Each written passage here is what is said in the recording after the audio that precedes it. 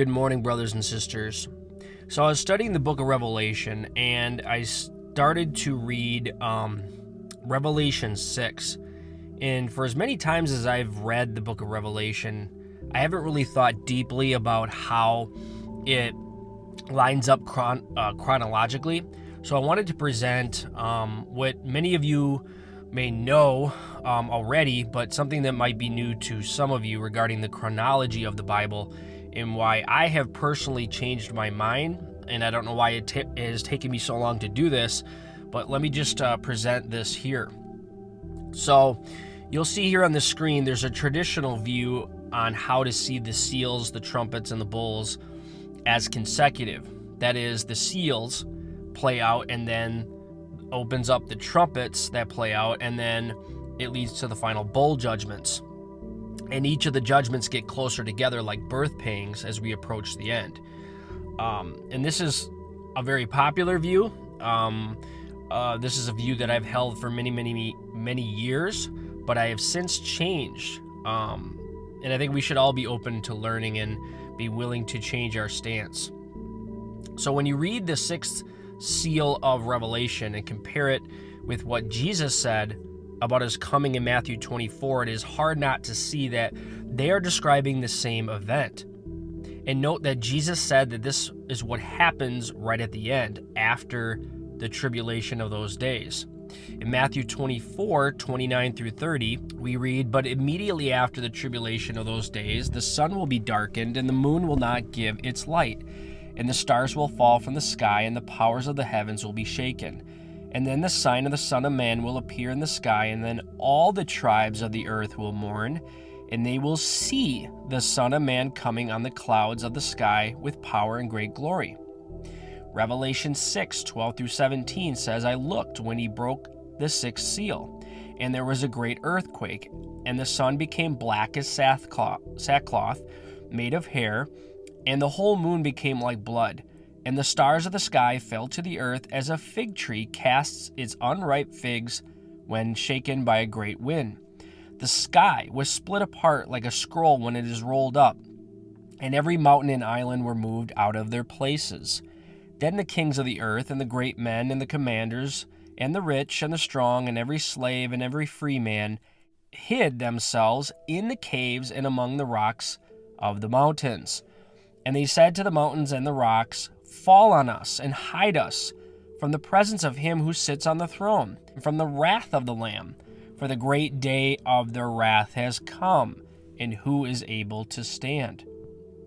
Isaiah also spoke of this day, the sixth seal of Revelation, stating, "All the stars of the heavens will be dissolved, and the sky rolled up like a scroll.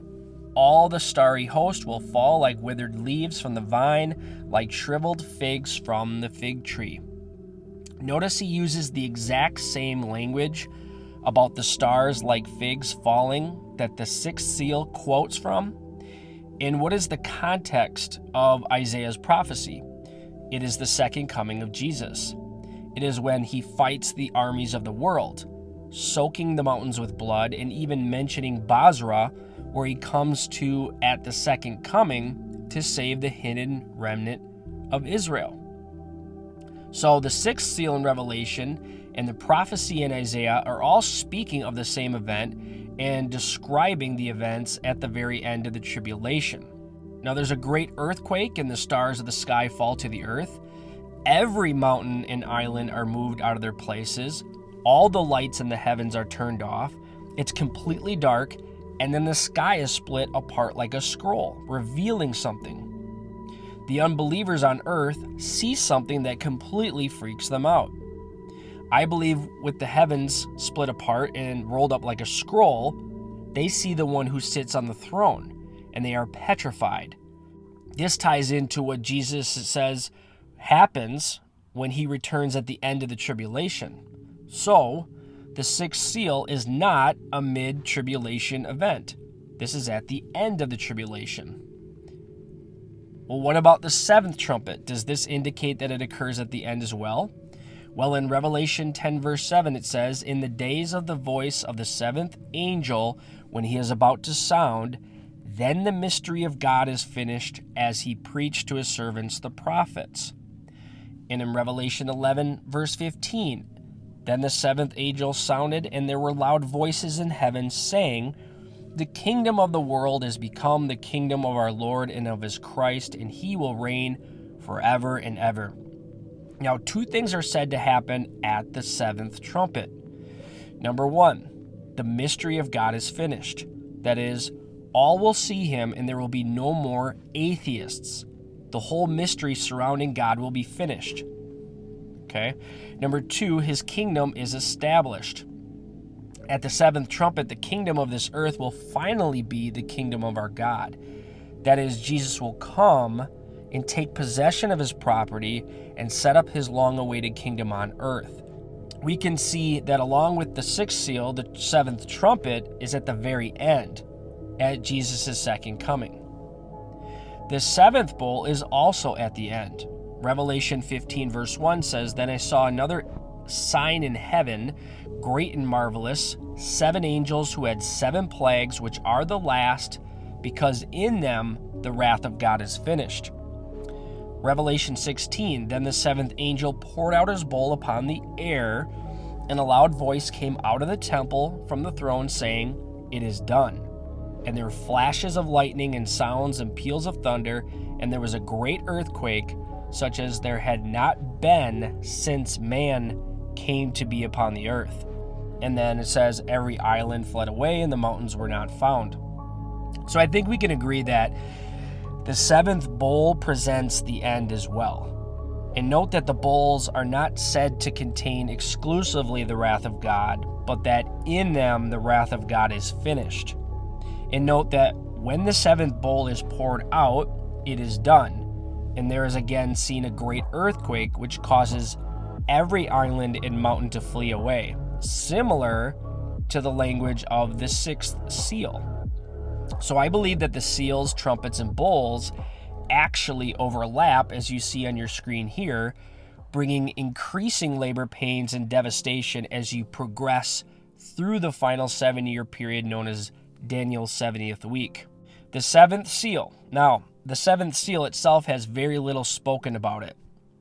Revelation 8:1, when the Lamb broke the seventh seal, there was silence in heaven for about a half an hour.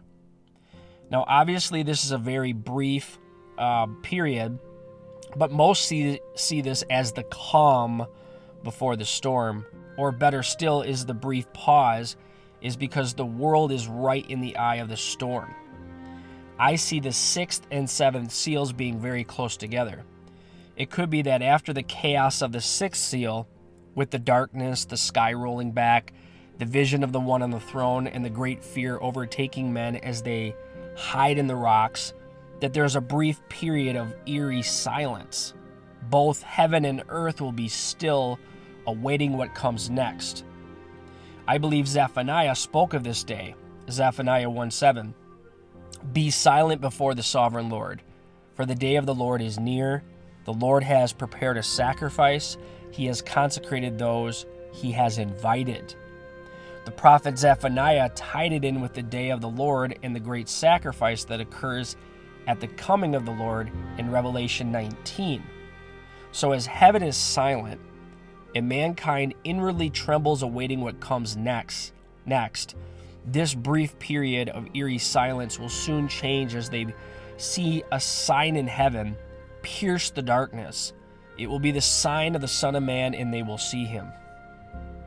So we should remember that the 7 sealed document, which no one can open except the Lamb in Revelation chapter 5, is the title deed of the earth. Once all the seals are broken, the true owner and king of the planet is revealed. So it doesn't make sense that the seals would be broken and completed in the first half of Daniel's 70th week, as some say. The seals must go right through to the very end, as shown in the diagram. It could be that the first 3 seals take place in the first 3.5 years.